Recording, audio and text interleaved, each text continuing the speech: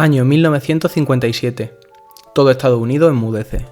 Con una simple radio de aficionado, cualquiera era capaz de captar el bip bip del satélite Sputnik 1, el primer aparato artificial puesto en órbita en la historia de la humanidad. La Unión Soviética daba un golpe sobre la mesa, dando comienzo a la carrera espacial y demostrando su superioridad tecnológica frente al gigante americano. Los medios de comunicación se hicieron eco y el miedo se instaló en la sociedad. Si los soviéticos eran capaces de poner en órbita un satélite como el Sputnik, también eran capaces de lanzar cargas nucleares hasta suelo estadounidense.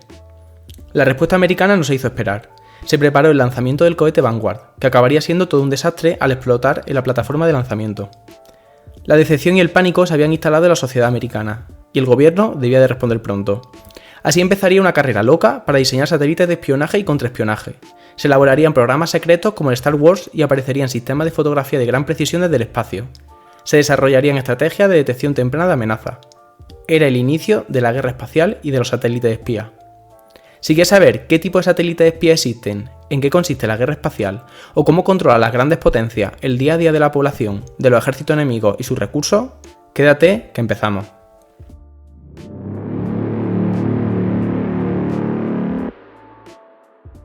Después del Sputnik, la conmoción en la sociedad americana era real.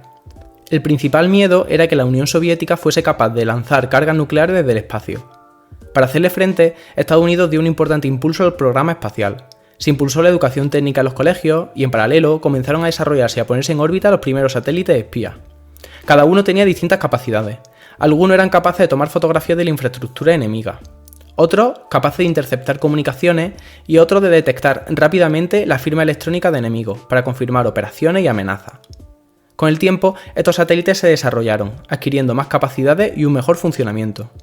Vamos a ver qué tipo de satélites espía existen y qué hace cada uno.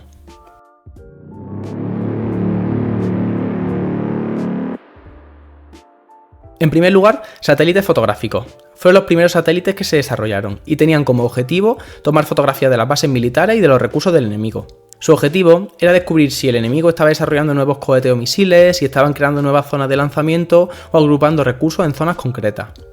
Básicamente actuaban como telescopios gigantes que apuntaban a la Tierra y utilizaban sensores pasivos para capturar la luz visible y el infrarrojo cercano. Los primeros satélites ópticos tomaban fotografías utilizando carretes de película física, y una vez que la película se terminaba, expulsaban un paquete o cápsula de retorno hacia la atmósfera terrestre. A medida que la cápsula descendía, desplegaban un paracaídas y esa cápsula era interceptada y recuperada en pleno vuelo por aviones militares equipados con ganchos especiales. Estados Unidos comenzó con el programa Corona entre 1959 y 1972 y siguió con los modelos KH-7 Gambit, KH-8 y el colosal KH-9 Hexagon.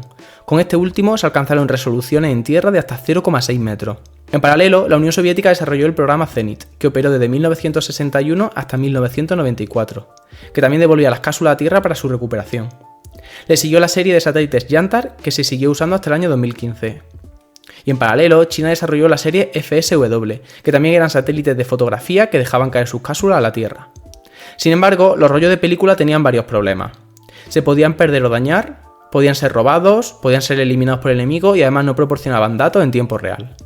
Pero gracias al desarrollo de la tecnología, aparecieron los primeros sistemas digitales. Esta revolución sería capitaneada por Estados Unidos y su satélite KH-11 Keyhole. Equipado con sensores digitales, es literalmente un telescopio Hubble apuntando hacia la Tierra. Tiene tal precisión que consiguieron resoluciones extremas de hasta 10 centímetros. La última generación en órbita ha incorporado imagen multiespectral e inteligencia artificial a bordo. Mientras que Estados Unidos desarrollaba con éxito satélites que enviaban en tiempo real imágenes, Rusia tuvo mucho más problemas. Desarrollaron la serie Persona. Su primer satélite se lanzó en 2008, pero falló, y no funcionaría exitosamente hasta el 2015. Actualmente utilizan esos satélites junto con plataformas más modernas como Resource-P o el Raspberry. Pero quien más ha crecido sin duda es China. Ha expandido su flota IMINT y satélites militares como el Jianbing o el Jilin 1 y constelaciones como Yaogan o Tianhui. A pesar de que hasta el momento solo he mencionado a las tres grandes superpotencias, a día de hoy hay muchas naciones que tienen sus propios sistemas de satélites ópticos avanzados y que las hace completamente independientes. Por ejemplo, en Europa tenemos a Francia, Italia, España y Bélgica que operan conjuntamente la constelación óptica Helios y los modernos Pléyades, mientras que Israel dispone de la serie OFEC, que permite mantener bajo vigilancia estricta y constante el programa nuclear de Irán. Por otra parte, Japón cuenta con la constelación IGS, que se creó como respuesta a las pruebas de misiles de Corea del Norte. Básicamente, los satélites ópticos han pasado a hacer fotografía en carretes y lanzar esos carretes a tierra a sistemas digitales de altísima resolución, del orden de centímetros, que proporcionan datos en tiempo real. A día de hoy, esos satélites de fotografía están evolucionando a grandes constelaciones con cientos de satélites en órbita baja. Básicamente una especie de Starlink, que permite tomar imagen en tiempo real de muchísimos puntos del planeta, de una manera barata y segura, con pequeños satélites que, si son dañados por impacto de meteoritos o por ataque enemigo, habría tal redundancia y cantidad de satélites que prácticamente no tendría impacto en la capacidad operativa. Volviendo a la respuesta americana al Sputnik, los primeros satélites espía desarrollados fueron aquellos que permitían tomar fotografías del territorio y del armamento enemigo. Pero tenían un gran problema. Eran muy dependientes de las condiciones climáticas. Por ejemplo, las nubes, la oscuridad de la noche hacían imposible conseguir imágenes. Y para dar solución a este problema se crearon los radares de apertura sintética.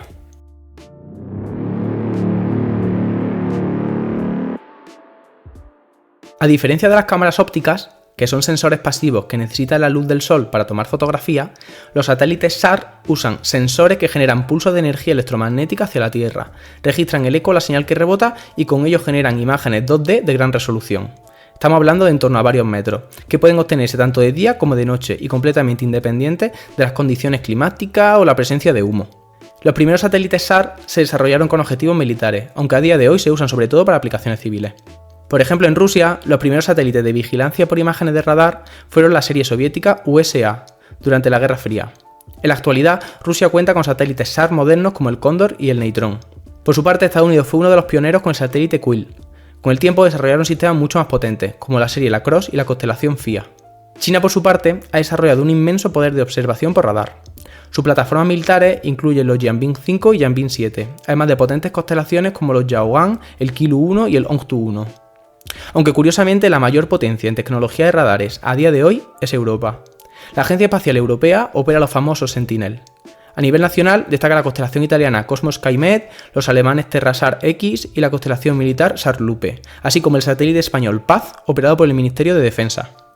Fuera de Europa, Japón tiene la serie Alos Pulsar y su constelación militar IGS Radar, Canadá los RadarSat, India la serie RISAT e Israel potentes satélites como los OFEC de los que ya hemos hablado antes.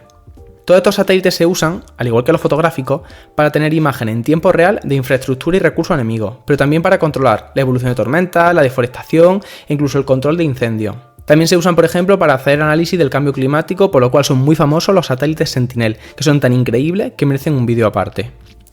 Pero volviendo al pasado, después del miedo al Sputnik, Estados Unidos se dio cuenta que tomar fotografías de gran precisión no era suficiente.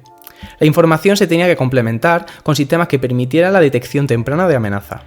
Es por ello que aparecieron un nuevo tipo de satélite espía, que permitían interceptar comunicaciones y detectar actividad enemiga a través de la huella de calor o de infrarrojo.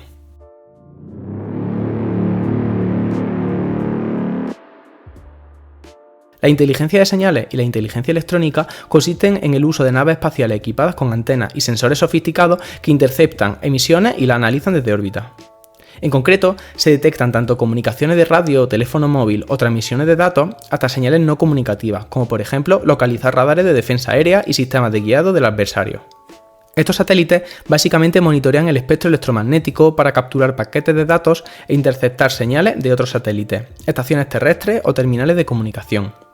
Hay que destacar tres funciones principales que realizan. En primer lugar, el análisis de patrones, lo que permite identificar tendencias, detectar anomalías y descubrir las intenciones de los adversarios. En segundo lugar, triangulación. Usan varios satélites para calcular con precisión milimétrica la posición de un objetivo en tierra, mar o aire. Este mecanismo de triangulación es la base del sistema GPS que usamos, por ejemplo, en el Google Maps de nuestro móvil. Finalmente, la tercera función sería el apoyo táctico, inteligencia en tiempo real para identificar posiciones enemigas, evaluar sus capacidades y apoyar la toma de decisiones críticas en el campo de batalla. Los primeros satélites que surgieron fueron el SOLRAD y el proyecto Canyon en Estados Unidos. Sin embargo, la tecnología ha evolucionado desde satélites individuales muy grandes y con capacidades increíbles a arquitecturas de enjambre, es decir, un grupo muy numeroso de pequeños satélites en órbita baja, lo que permite un mejor servicio y cobertura y abaratar enormemente los costes. A día de hoy, Estados Unidos combina satélites en órbita geoestacionaria como el Mentor, el Magnum o el Vortex junto con constelaciones de cientos de satélites, mucho más pequeños y económicos, basados en la tecnología Starship de SpaceX para el reconocimiento global continuo. En paralelo, China ha expandido masivamente su flota con la serie Yaogan, lanzada habitualmente en tríos para vigilar grupos de portaaviones, y también opera las familias Qianzhao y Jianbing 8. Por su parte, Rusia depende de sistemas como el Liana o la serie Selina 2, especializado en el rastreo naval y la interceptación de señales de radio. Otros países como Francia operan el sistema Ceres, la India cuenta con el Emisat y el Reino Unido con el sistema Zircon, todo ello especializado en la interceptación de señales electromagnéticas. Un punto crucial de estos satélites es la transmisión de la información a Tierra. En el pasado, los datos se enviaban principalmente a través de ondas de radio de alta frecuencia, que eran recibidas por estaciones terrestres específicas. A diferencia de los satélites ópticos, los sistemas de señales nunca necesitaron enviar cápsulas físicas con películas, obviamente, ya que la información capturada podía transmitirse por radio. Sin embargo, en la actualidad, todo ha cambiado. La información se encripta y se comprime en el espacio antes de ser enviada en tiempo real. Se utilizan enlaces de descarga cifrados para que los datos lleguen a la agencia de inteligencia en minutos. Además, los satélites modernos utilizan enlaces láser que permiten el envío mucho más rápido de una mayor cantidad de datos.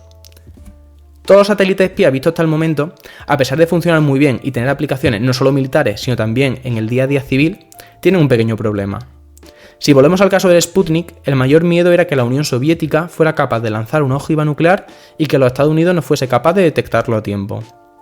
Por este motivo aparecerían los satélites más sofisticados e importantes, los satélites de alerta temprana.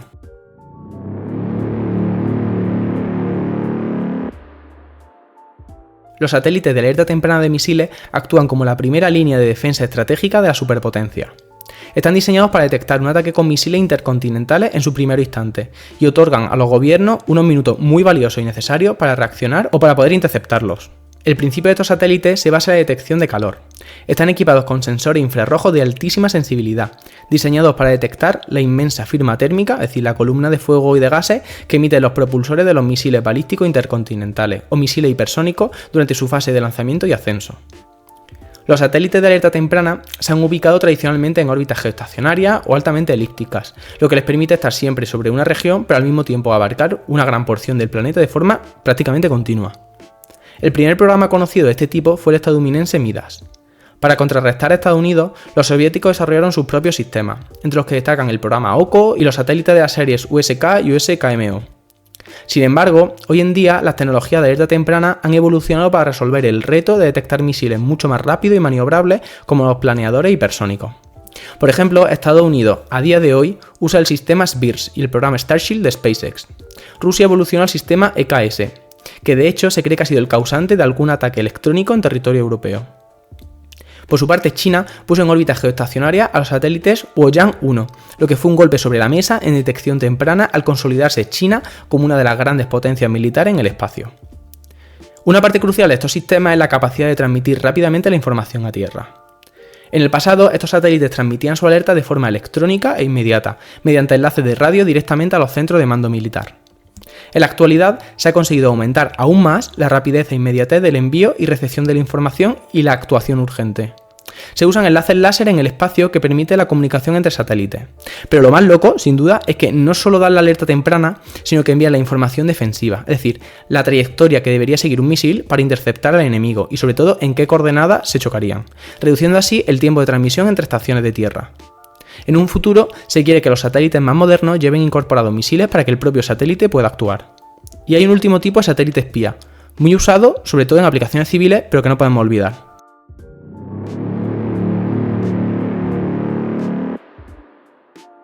Los sensores infrarrojos y los multiespectrales añaden una capa de profundidad analítica que va mucho más allá de la simple fotografía visual. Son satélites que usan sensores de infrarrojo térmico capaces de capturar las ondas infrarrojas térmicas emitidas por los objetos al calentarse con la luz solar o por su propia actividad. Permiten observar la superficie terrestre tanto de día como de noche, aunque no funcionan bien si hay muchas nubes. A nivel militar y de inteligencia son la herramienta perfecta para detectar actividad directa invisible al ojo humano, como por ejemplo localizar el motor recién encendido de un avión, el tren de rodaje caliente de un vehículo o la huella térmica de edificios e instalaciones subterráneas.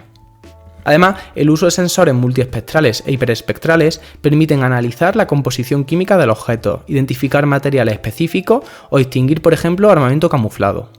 De hecho, en aplicaciones reales, los analistas podían descubrir instantáneamente si un bosque es real o si se trata de tropa escondida bajo redes de camuflaje verde. Estados Unidos fue el pionero indiscutible con el programa Landsat. Sin embargo, sus imágenes multiespectrales tenían una resolución espacial muy pobre. La evolución tecnológica consistió en lograr fusionar esta capacidad multiespectral con las altísimas resoluciones de las cámaras espías. A día de hoy, estos satélites no solo han evolucionado para aplicaciones militares, sino que a nivel civil son increíblemente importantes. Por ejemplo, Estados Unidos, con los KH-11 Bloque 5, integra imágenes multiespectrales avanzadas diseñadas específicamente para ver a través del camuflaje. Curiosamente, Irán es una de las grandes potencias en este tipo de tecnología. Desarrollaron el nanosatélite COUSAR 1.5, equipado con cámaras multiespectrales. Aunque oficialmente se destina a la agricultura y al monitoreo de la humedad del suelo, su resolución de 3,5 metros le permite realizar reconocimiento táctico militar, identificando formaciones de tropas, vehículos y todo ello usando únicamente el análisis multiespectral. En cuanto a aplicaciones civiles, los satélites de la empresa Planet Labs o el programa francés SPOT, entre otros, permiten usar esta tecnología para monitorear cultivos, cartografía, observación y traqueo ambiental. En el pasado, la información se enviaba a estaciones terrestres mediante enlaces cifrados, para posteriormente procesar y analizar los datos por parte de analistas. A día de hoy, gracias al desarrollo del Machine Learning y de la inteligencia artificial, el propio satélite realiza el postprocesado de los datos multiespectrales, descartando las imágenes que no tienen valor, como las borrosas o las que están cubiertas por nubes. Esto permite enviar mucha menos información, pero mucho más valiosa y filtrada, de una manera mucho más rápida. De hecho, se ha llegado a tal punto de eficiencia que el satélite COUSAR 1.5 iraní es capaz de enviar los datos directamente a los drones en el campo de batalla.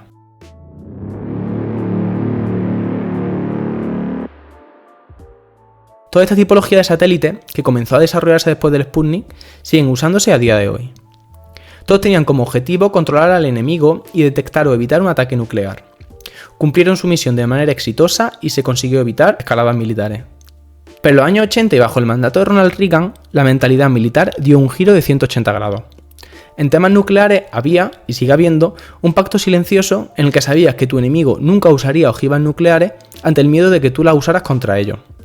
Sin embargo, el presidente estadounidense se llevó una gran sorpresa al descubrir que no existía ningún sistema real que permitiese a la vez detectar y anular un ataque nuclear del enemigo. Ese fue el punto de inflexión que daría comienzo a la iniciativa SDI.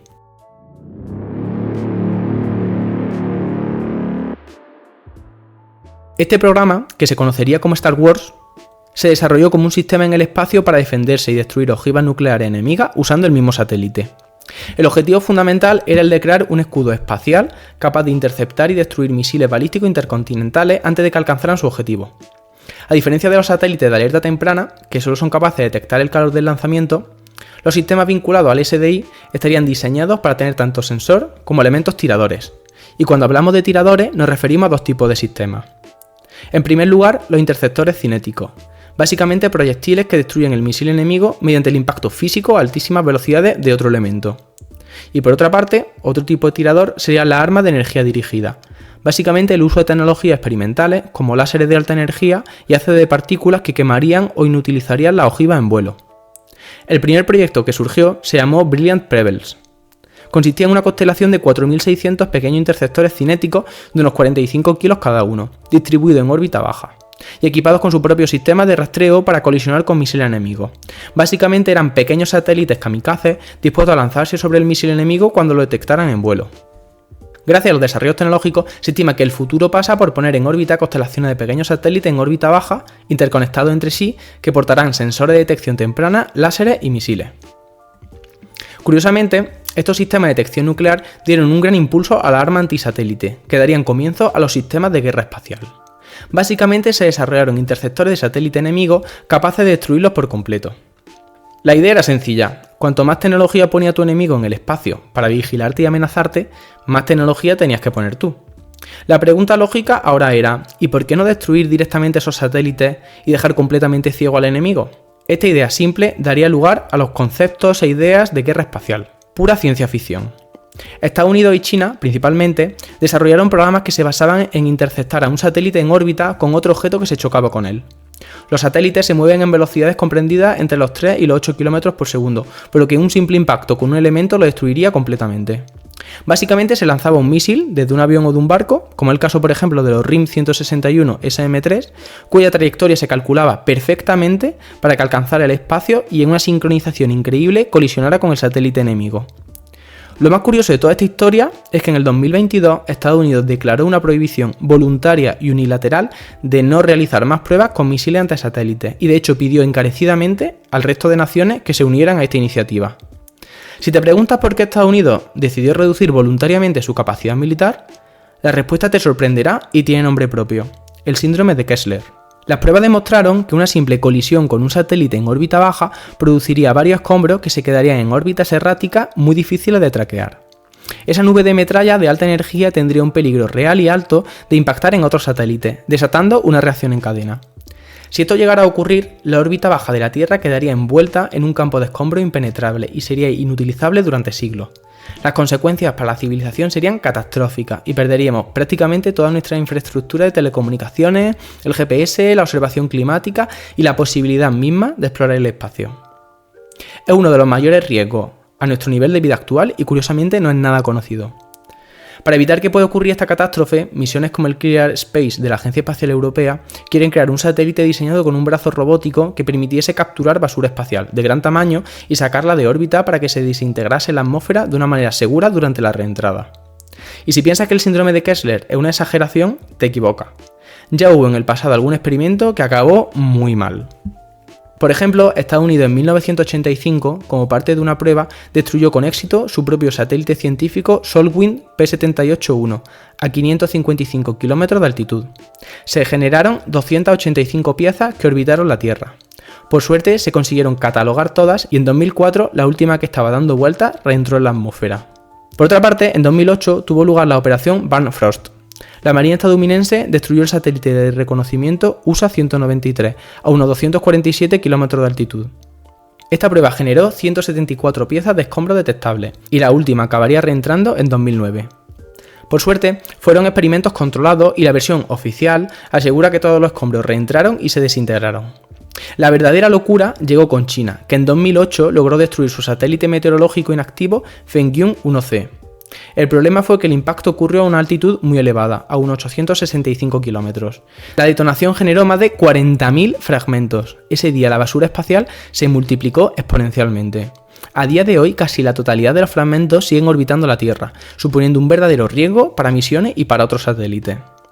Y si te parece poco, una prueba en 2021 por parte de Rusia generó fragmentos que pusieron en riesgo la Estación Espacial Internacional, aunque por suerte todo quedó en un susto, mientras que la India realizó sus propias pruebas en 2019, por suerte con mucho éxito, controlando y consiguiendo la reentrada de todos los fragmentos.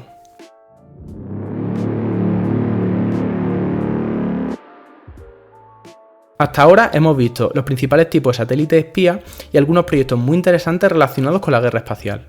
Hemos visto que mucha tecnología desarrollada en el campo militar se usa a día de hoy con fines comerciales. Además, esa tecnología no es solo disuasoria, sino que se usa en conflictos actuales. Me parece muy interesante comentar algunos usos reales, tanto civiles como militares, de estos satélites. Por ejemplo, en la guerra de Ucrania, el espionaje espacial y las telecomunicaciones satelitales han sido absolutamente esenciales, dando lugar a lo que algunos expertos denominan la Primera Guerra Espacial. Se usaron imágenes para predecir la invasión y denunciar crímenes de guerra. Por ejemplo, se capturaron imágenes que revelaban la acumulación de tropas y la construcción de infraestructura militar rusa en las fronteras, eliminando el factor sorpresa. Posteriormente, otras imágenes de alta resolución han sido vitales para organizaciones internacionales y medios de comunicación a la hora de investigar ataques a civiles o crímenes de guerra, como la matanza de Bucha, la fosa común en Mariupol o el ataque a la estación de Kramatorsk. Por otra parte, el uso de satélites con radares SAR permite a Ucrania identificar y destruir miles de objetivos rusos ocultos bajo árboles o camuflaje. En paralelo, el uso de Starlink permite coordinar la artillería en red y dirigir en tiempo real los ataques de drones kamikaze y drones navales. Y se han usado satélites de inteligencia de señal para detectar y geolocalizar las señales de radiofrecuencia de los inhibidores de señal rusos, lo que permitió a las fuerzas ucranianas rastrear y atacar esas posiciones enemigas. Por otra parte, en el conflicto entre Estados Unidos e Israel con Irán, se han usado satélites para mantener una vigilancia ininterrumpida sobre una ruina donde quedaron enterrados unos 400 kilos de uranio enriquecido al 60%.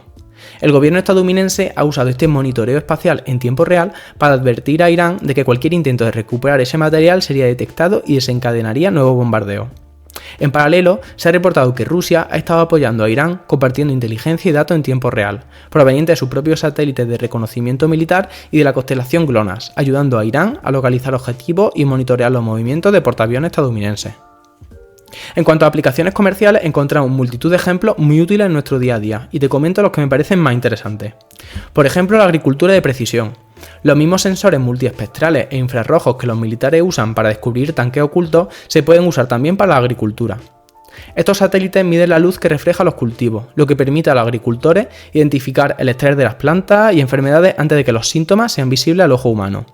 Además, los sensores evalúan la humedad del suelo, permitiendo automatizar y aplicar riegos, fertilizantes y pesticidas de una manera ultra precisa. Por ejemplo, las constelaciones de Planet Lab o Maxar y los satélites gubernamentales como el Sentinel o el Landsat se encargan de dar servicio en este tipo de aplicaciones. Por otra parte, tenemos la gestión de catástrofes naturales y derrames de petróleo. El radar de apertura simétrica, el SAR, permite ver la superficie sin importar que sea de noche o que haya tormenta. Ante la llegada de huracanes o tormentas severas, estos satélites rastrean el clima. Por otra parte, en incendios forestales, la visión térmica y de radar penetra el humo para delimitar el perímetro del fuego y encontrar los focos activos. Tras un terremoto, se utilizan para evaluar rápidamente infraestructuras caídas y guiar a los servicios de rescate. También resultan críticos para rastrear el desplazamiento de los derrames de petróleo en el mar. Para este servicio encontramos constelaciones de microsatélites como el ICEYE de Finlandia, el Capella Space o satélites meteorológicos de la NOAA. También tenemos la navegación GPS, que quizás sea la aplicación más conocida. El sistema de posicionamiento global, que permite conocer tu posición con gran precisión, está dado por las grandes constelaciones GNSS, que serían el sistema civil europeo Galileo y los satélites GPS, los rusos GLONASS y los chinos Beidou. Otra aplicación relevante es la planificación urbana y el control de deformación de infraestructura. Los satélites fotográficos modernos alcanzan, a día de hoy, los 30 centímetros de resolución por píxel. Estas fotografías permiten a los urbanistas analizar patrones de crecimiento, congestión del tráfico o realizar catastros.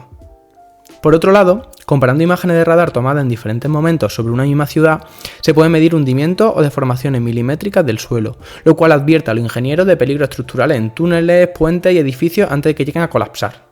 Destacan satélites como los WorldView 3, los Legion, los Inspective o las empresas analíticas civiles como Detectia. También tenemos redes de satélite en órbita baja, diseñados para transmitir paquetes masivos de datos sin latencia, lo que permite proveer de internet de banda ancha en alta mar, vuelos comerciales o zonas rurales.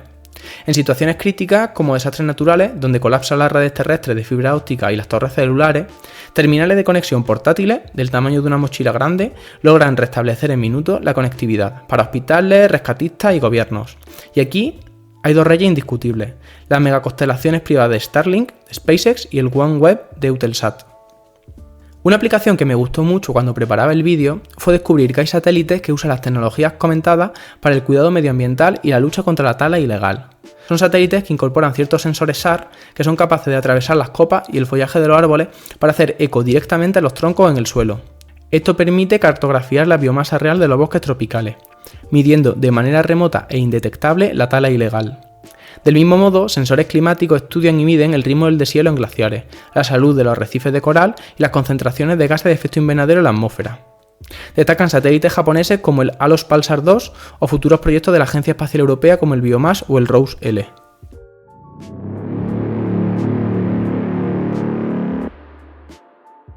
En conclusión, en la historia del espacio hay algo que se repite. Se invierte una cantidad ingente de dinero, de recursos y de conocimiento para conseguir un material militar de altísimo valor. Por suerte, esos desarrollos, casi siempre, tienen aplicaciones civiles que mejoran nuestra calidad de vida y la llevan al siguiente nivel. Los satélites espías, que siguen volando sobre nuestras cabezas a día de hoy, son un buen ejemplo de ello. Muchos de esos satélites están perfectamente controlados y traqueados, aunque últimamente la tendencia consiste en ocultar, dentro de grandes lanzamientos comerciales, posibles satélites fantasma, difícilmente detectables y observables desde la Tierra. Y es que una cosa que no he comentado hasta ahora es que la gran mayoría de los satélites espías, los propios y los enemigos, son fácilmente detectables y observables con simples telescopios.